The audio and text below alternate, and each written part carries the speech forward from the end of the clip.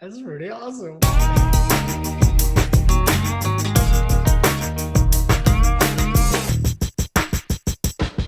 All right. Introduce your podcast, video podcast, Derek. So today we're going to talk about respecting boundaries And movable desks. and movable desks. Yes.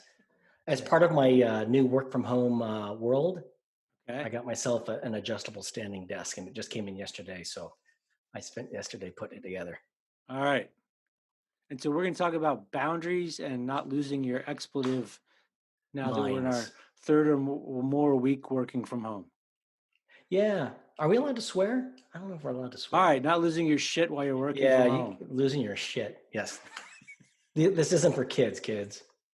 All right. It's going to get that mature stamp on it. Yeah. That's cool. So, Okay. do you want me to go? Yeah, you go ahead, man. Yeah. So now that we're working from home 24/7, and we don't have the luxury of either going out on the road or going into the office, when you go on the road, or if you work from an office, you have these clear boundaries. You're like, on one side, you're working and you focus on your work, and then when you come home, you're home and you get to focus on family. And now our worlds have collided, and in some good ways, and they're good ways at the very beginning, but now it's getting harder. The longer that we're around one another 24/7, I see that this can become more and more of a challenge for people. So we talked, I think, in the last one about one of the things I felt like in class was seeing kids like run into the screen or seeing somebody's spouse or whatever kind of humanize the people. At least in class, for me, it did. But I'm surprised now that I noticed it towards the middle of last week. I would talk to people and I'd start to hear things like, "Dude, I got to get out of here, man. I gotta go on a trip." And then one guy's like ragging on his wife, another person's like, just going off about their kids, and they're so sick of and I'm just like, I don't understand that at all. Yeah, I wonder if part of the behavior is those who worked from home in the past. This is nothing different for them. So they Right. were already well adjusted to this. Then there were those who were, I go to the office in the morning, I come home in the evening, or whatever that cycle might be. And they have a longer duration in which there's this time of acceptance and everything is okay. And I think those Okay. who are even further to the extreme, that are more on the road, they don't see their spouses that long, or that often, or that long. I think they're enjoying this period a lot more because, again, it's almost like, I wouldn't say a It's like a vacation. vacation. It is like a Yeah. vacation. I feel like that. Yeah. And so I think we're at different degrees of acceptance and tolerance, within the current world, that Yeah. we just get used to certain patterns, and now we have to adjust to something new. Yeah. I feel like there's initially it was just like, it's awesome, but I'm sure that I'm grating on people's nerves a little bit. I'm not frustrated with being around people, but I can tell that I get a little rammy. Like I have to go exercise Yeah. every day, or I get like, "Ugh." And it's just because I am in a 600 square foot apartment and we can't go outside, and there's 3 people in here, so it's just like you have to do That something. I would think a 600 square foot apartment and you can't go outside. That would Can't be go outside. much. Yeah, it would be so much harder. I mean, because for us, we can go to our respective rooms, or I can go outside around the house or something like that. But I mean, there's a whole floor in our house that we don't even go into, except for, like, Jake has his little musical studio down there, or I have a treadmill or something like that. But Right. otherwise, nobody goes down there. So there's a whole level that we could go to get away from each other. Well, that's one of the things I was thinking is like you have coworkers and you have people at home, and each one is an escape from the other, Mhm. but you don't. It's all the same thing now. Yeah. And I think for people that if you're used to that separation, I can see where that would be very, very challenging. Yeah. And even you're trying to keep your worlds separate. Otherwise, it would be take your kids or take your spouse to work there every day.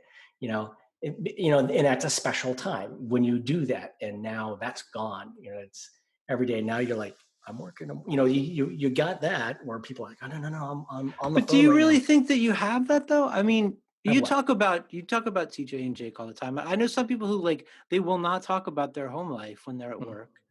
Like they're literally separate worlds, and I've been the always the opposite. Really, I can't keep them separate.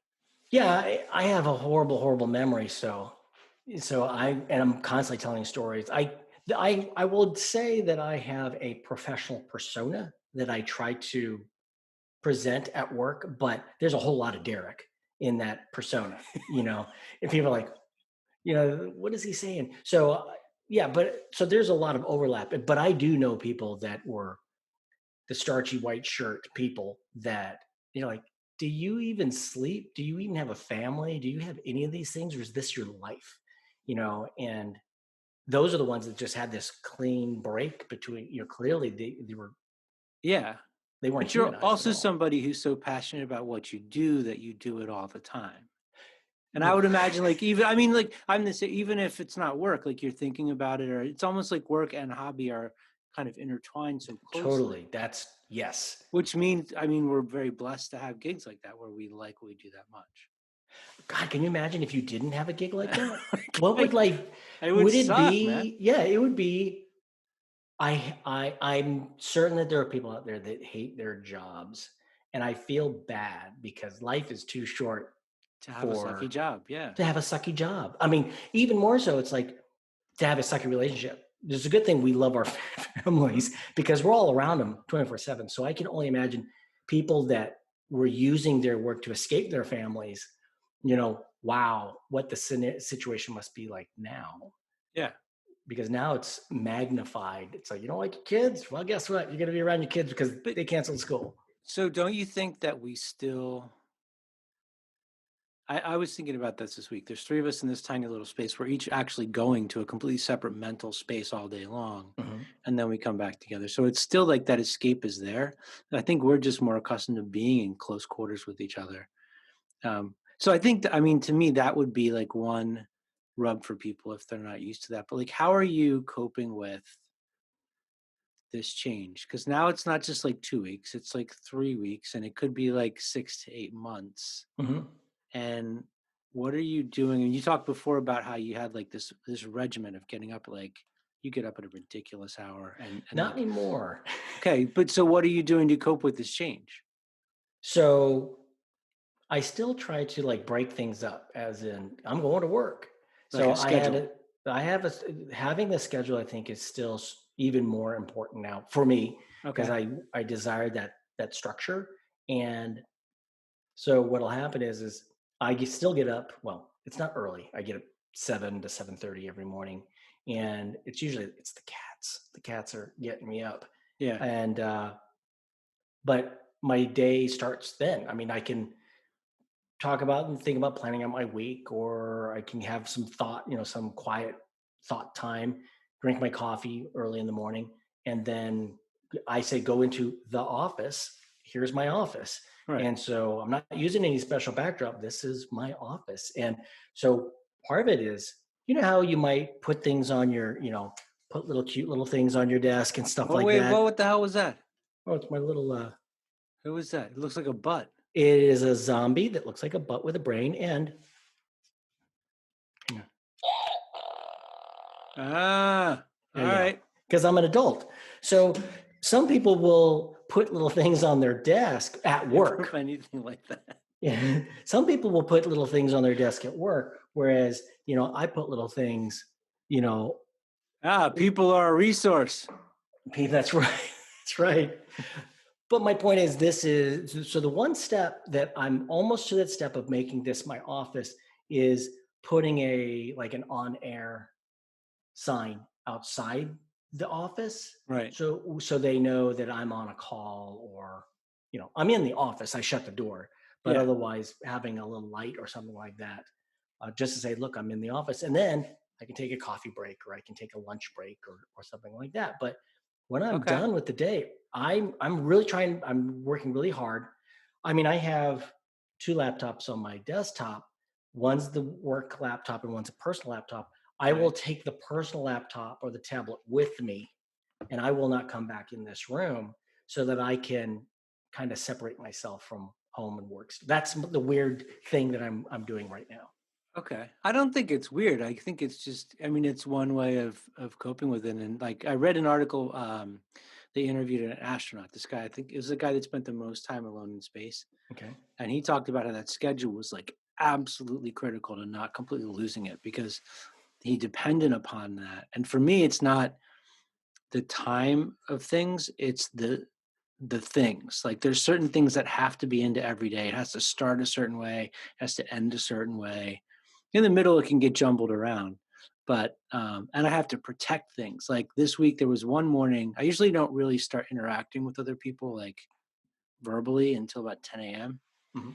And I got a text from somebody at like 8 o'clock in the morning, and they're like, "Can we talk?" And I was like, "Okay." And the whole rest of my day, it was just like wrecked from there because I can't.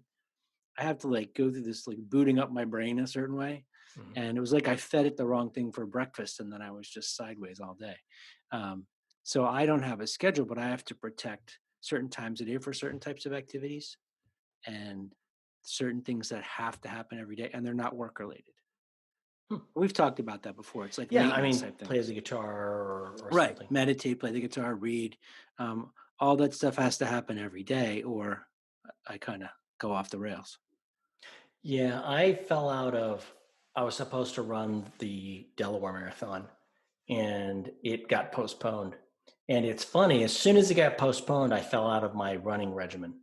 I mean, I was You running. need a goal.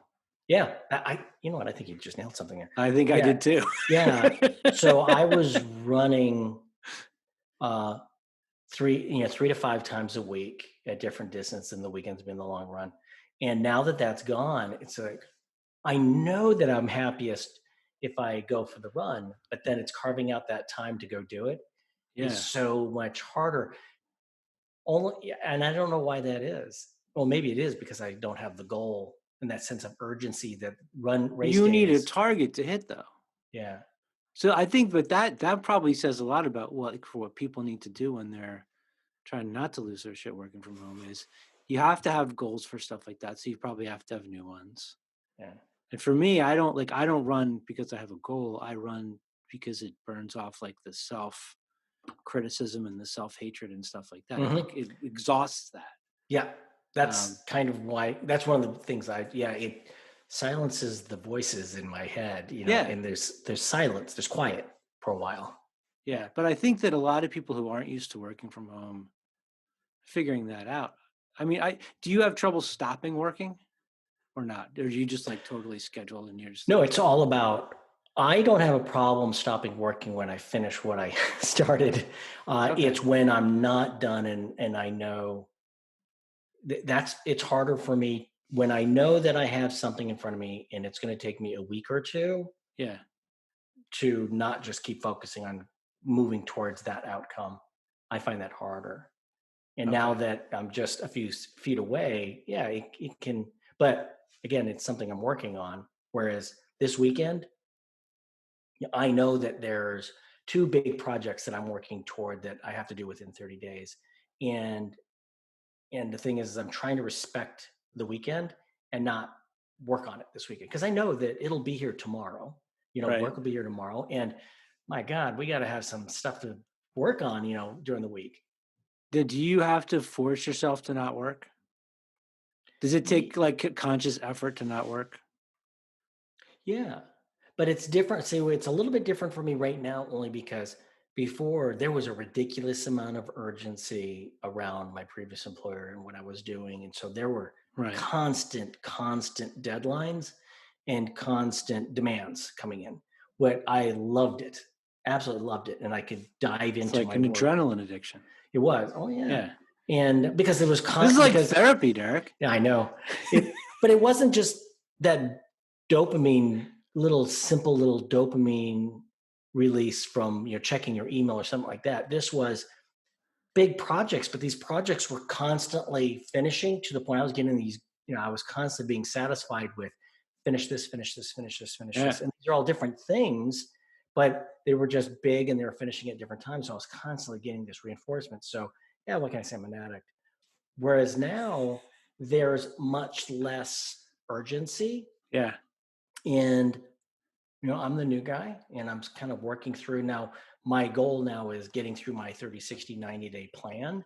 At the same time, trying to keep this wide view of things that I can improve along the way for those who will come after me. Okay. But the urgency, But so just even in that, it's not just that you're doing what you're supposed to do, you're trying to change it and improve it for the other people who come later. So yeah, you've added to the different kind of urgency. You put extra responsibility on your own shoulders. right. Well, because everybody is overly respectful of people are not driving deadlines and stuff like that because we all recognize that this new world is different and we're Weird, kind of yeah. working through this. And so everybody's overly accommodating on relaxing deadlines or not pushing you too hard. And so at the same time, I will prosper in that type of environment. And so I'm trying to create that for myself, I think. Well, you also seem to be one of those people that without being given the goals will establish your own goals because you need that framework for yourself. At I least, think. Yeah. Yeah. So, which is okay. I would agree with that. It's like I recognize a goal, but I'm going to establish this stretch, yeah. and I'll hold myself accountable to this You one. just advocated for stretch goals though. I know, but there's a personal stretch. It's kind of so I don't necessarily a boss applying a stretch goal to a team, Yeah. but for myself, if you apply a goal for me saying I need you to do this by this date, Yeah. that will be good for okay, I will satisfy that, but I'm going to raise it. It's going Okay. to either I have to do it faster, I have to do that and then some. I won't be satisfied with whatever you just asked me to do.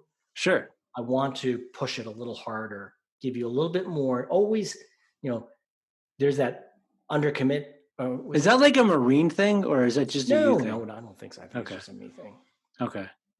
Now, do you find because you have an office and everything, when you're interacting with people, like I've noticed people like in their bedroom, um, there was I've a heard skit on that. Saturday Night Live last night. They did it all remote, and the lady took the laptop into the bathroom while she was I cleaning. saw that. I only watched a few minutes of it, but I was just like, oh my God.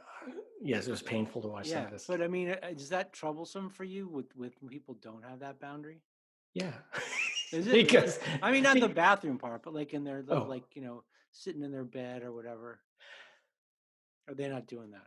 What do you think? no, I even remember a couple of years ago when I reached out to somebody, and it was my first introduction to Zoom. I had never heard of Zoom before, and it was somebody that was with a partner, and they responded, and they were in bed. I'm like, what the? Are you kidding me? I mean, yeah, I was dumbfounded that somebody would take a call from bed. I mean, it's different if you're on a call. Literally, if you have your phone and you're in bed, you're not going to tell anybody you're either in the John or in bed or something like that. You're like, Dropping the deuce. yeah. Hang on. Yeah. I mean, there's a certain time and place for everything. The bathroom in the bedroom is not a place to be on your telephone. But now the fact that they're on a video call, it's like, Oh, have you but no wait, hold on. You don't take your phone to the bathroom? no, no, Really? no. Well, okay. I Well, mean, at there's home, not at work. At okay. home. I'll say that. Okay, if you're gonna check Reddit, that's one thing. I'm Yeah. talking about. I would never ever talk on my Oh, not telephone. talk. No, No, that absolutely is not. just That's animals. foul. Yeah. so Okay. yeah. So I will, sir. Okay. So yeah, I will take my phone into the bathroom in order to see what's on Reddit. But yeah, I'm never gonna take a phone call from the bathroom. That's just. I mean, that's just me. Yeah, I'm with you there. Okay. So, what do you have? What new behaviors have you seen people doing that you think are troublesome, other than talking? But that's people did that talking in the bathroom anyway, or that they're not maybe aware of. Mm,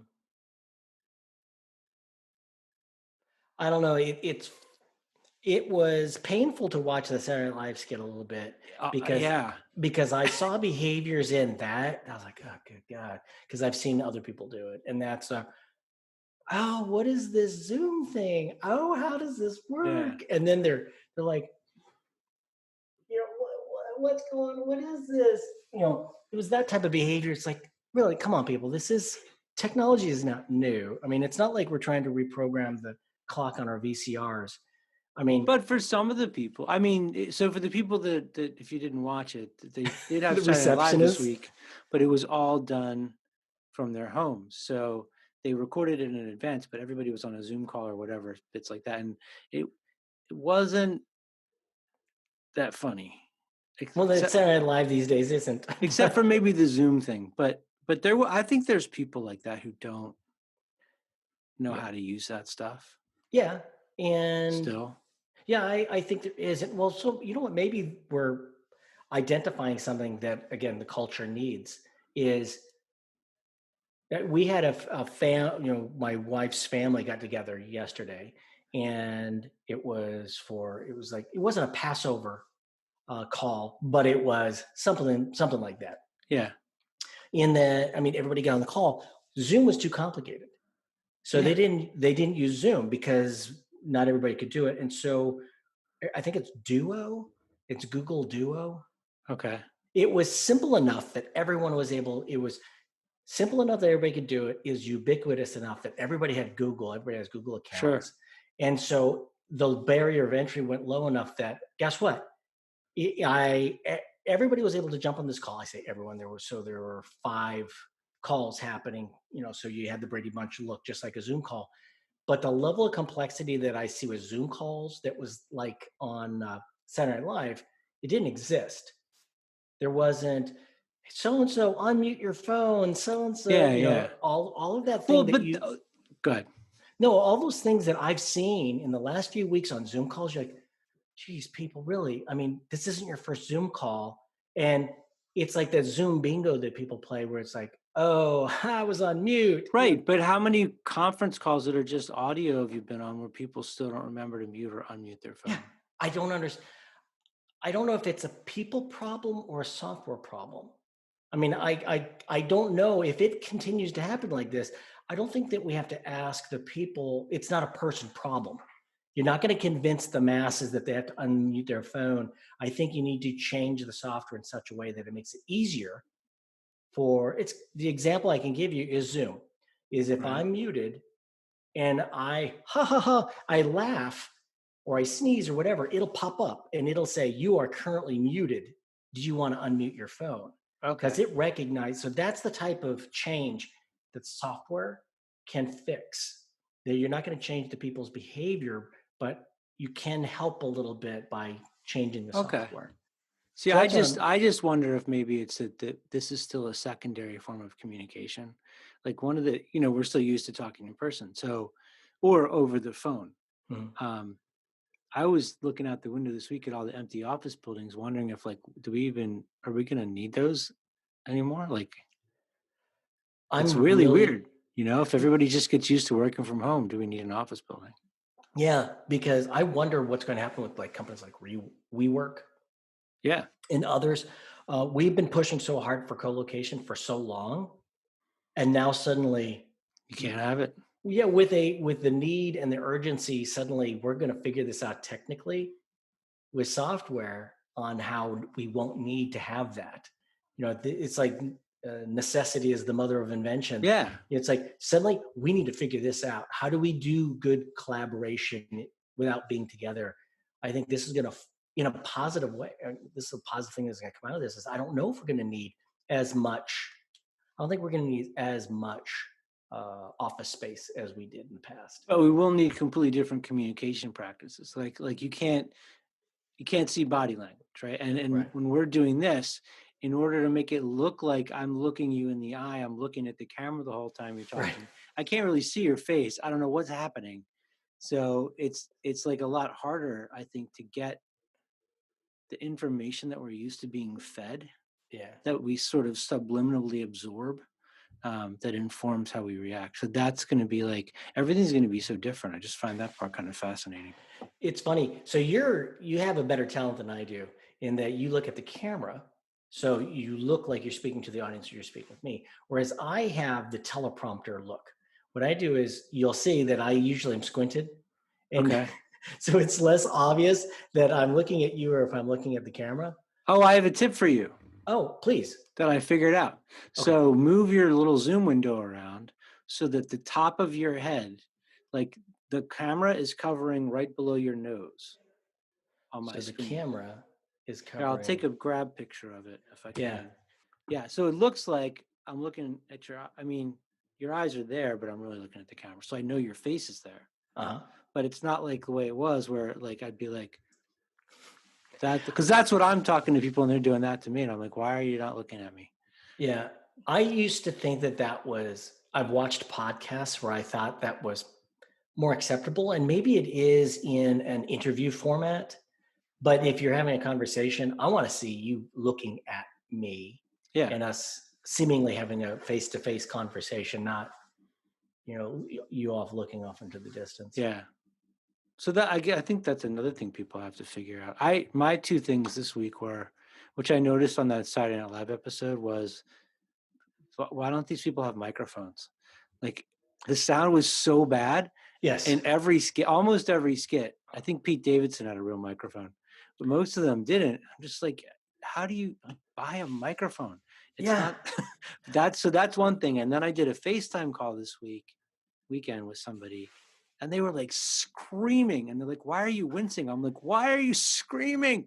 Like they have to. It's like, I'm on the phone. Like I don't know why they feel like they need to yell, but that That I would, since this has started, I've had several people reach out to me and ask me about, the setup, yeah, and and I and it's shocking that I've had this setup for 3 years. you've had that for a while. Yeah, Yeah.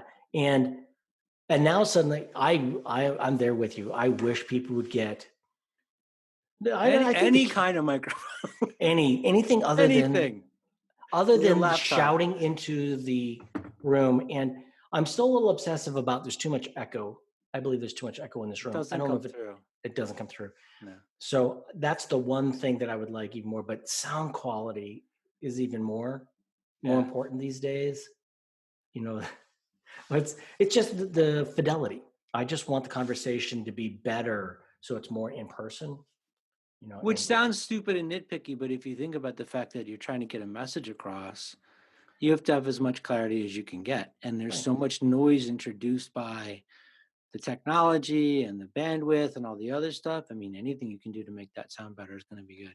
Yeah, I think I'm impressed by Zoom on whatever they're doing, and I know others are using other, and they're concerned about the security and everything. But I remember back, even a year ago or 2 years ago, it was. I say it was horrible in that, how often you would have freezing, jittering, Like the Skype thing yeah, where it's like pauses and then goes, yeah. yeah, and we've had calls where there's 100 people on the call, and Yeah. you don't have that degradation and the high quality. I want to see higher definition visual, higher definition audio. I want to see those things. That's the big leap. And I think once we get broader broadband, I Yeah. think it'll be better. We're getting there. It's so much better than it used to be. Well, as long as all the 5G towers don't get burned down. I know, crazy people. But why? But yeah, so I think that we're going to take a leap forward on technology to help this become a little bit more human. Yeah. And what used to be, I remember working with a client where they had, I think what they called them, virtual room, telepresence rooms is what they called them. Oh, like Sakoko. Yeah. Oh God, no, not like Sakako. No, what I mean is it was like First Nationwide Insurance. Okay. Is I went out there, Des Moines, I think it was, and they had a telepresence room, and you Oh, sat for on. the conference calls. Yeah. Yes, it was impressive. And maybe it was because the screen allowed the people to be full sized. And the camera that tracks and stuff. Yep. Yeah. That is, I want to see But that but become. a That's lot more true. expensive than an iPhone. That's true. But I believe that this will force, if enough people start buying, then I think prices, there will be like a consumer version of that. Sure. And the price will go down. And that's what I'm hopeful for, because I do want to continue to push toward bigger monitors, better quality audio. Yeah. I want to see that happen. And That would then, be cool. if you look at the cost of that versus renting an office, it's so, invest in a couple assets that you can use again and again and again, and you get to keep, Right. versus rent an office. Again, I think it'll get better over time. But a lot of people need that. I think they need the connection. I'm trying to think about that. Yeah. That's going to be the big one. Other than having the meetup more often, you know, that's the one thing I want to have, like a local go meet somebody for coffee type of thing. I want that ritual Yeah. that I haven't had. I used to hang out at the, go downstairs and have a cup of coffee with somebody, or just have that ritual of, let me buy you a cup of coffee. It's like that. It was just like, it's just a simple, let me buy you a cup of coffee. Let's 20 minutes, 30 minutes, whatever. And you don't get to do that. Now I'm looking at my wife, let me buy you a cup of coffee. Hey, let me buy you a cup of coffee. Let's go. Let's step over into my office. Let's have a cup of coffee. Wow. All right. So this was all over the road. Yeah, Hopefully we need Jessica to keep us organized, but that's she's true. working very hard on something. She So is. how should we close it out? Are there like takeaways, challenges? What do you want to offer people? I think that I think the takeaway is invest, and it doesn't have to be buying something, but I think you need to invest in separating home and work. I think for your sanity's sake, you have to somehow decouple these things and either have a place, or you're smiling, Because I'm going to offer the opposite, but go ahead. okay. I think there should be this is my office space, and that I need to respect it, and that at the end of the day, I need to walk away from it and spend time with the family. And we still sit down and have dinner at the table, but this is work and that is home, and I'm trying to keep those separated. And when it comes to work, in order to have better conversations, invest in a good camera, invest in a good microphone, invest in the right, I would say invest in the right tools. I think it's worth it. All right. And I would say for those of you that don't have those issues, to me, the job of keeping yourself like not losing your shit while you're at home is your job now, because your work in your home is the same space. And the job of maintaining your sanity is part of your work. So you have to plan things into your day, whether it's a run or when you're not going to use technology or when you're just going to do this thing with your family or when you're only going to do work, like whatever that is. I don't have physical boundaries, but I know that I have to be very intentional about how I use the time and to make sure there's a fair balance across the time of the day. So, and Oh, don't use Zoom in the bathroom. don't use Zoom in the bathroom. It's a bad. That's a bad choice. This is cool. Well, thank you for taking time out of your day, man. Well, thank You you. should thank me. This is your podcast, not mine. Damn it. Yeah, thank you, Dave. You want to buy me a cup of coffee? I would love to buy you a cup of coffee. All So right, yeah, cool. So we'll be back. Let us know what your tips are for keeping yourself from completely losing it while you're working at home. I would love to hear that from others as well. Cool. Thanks, man. All right, man. Thanks. See ya.